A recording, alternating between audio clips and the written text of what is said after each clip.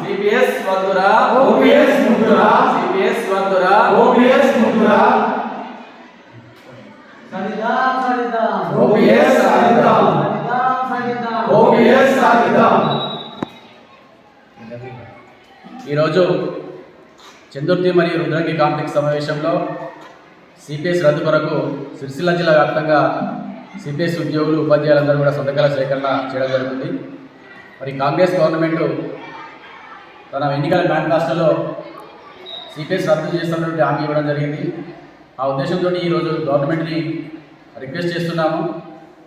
దానిలో భాగంగానే ఉపాధ్యాయులు ఉద్యోగులైనటువంటి అందరం కూడా సంతకాలు సేకరించి మన కాంగ్రెస్ వేములవాడ శాసనసభ్యులు ప్రభుత్వ శ్రీ ఆర్ శ్రీనివాస్ గారికి, అదేవిధంగా కరీంనగర్ పార్లమెంట్ సభ్యులు కేంద్ర సహాయక మంత్రి బండి సంజయ్ గారికి, అదేవిధంగా కల్వకుంట్ల తారక రామారావు గారు సిరిసిల్ల శాసనసభ్యులు గారికి ఈ సంతకాల సేకరణ పత్రాలను వారికి అందజేయడం జరుగుతుంది.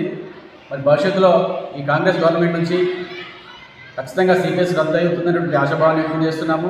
ఈ సిపిఎస్ అనేది ఉద్యోగుల ఉపాధ్యాయుల పాలిట శాపంగా మారుతుంది.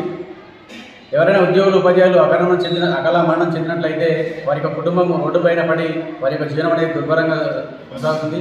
కాబట్టి దయచేసి గవర్నమెంట్ రిక్వెస్ట్ చేసేది ఏంటంటే ఖచ్చితంగా రాబోయే కాలంలో తక్కువ సమయంలోని సిపిఎస్ అనేటువంటి విధానాన్ని రద్దు చేసి ఓపీఎస్ను అమలు చేస్తారనే ఆశాభావాన్ని వ్యక్తం చేస్తున్నాము, రిక్వెస్ట్ చేస్తున్నాము.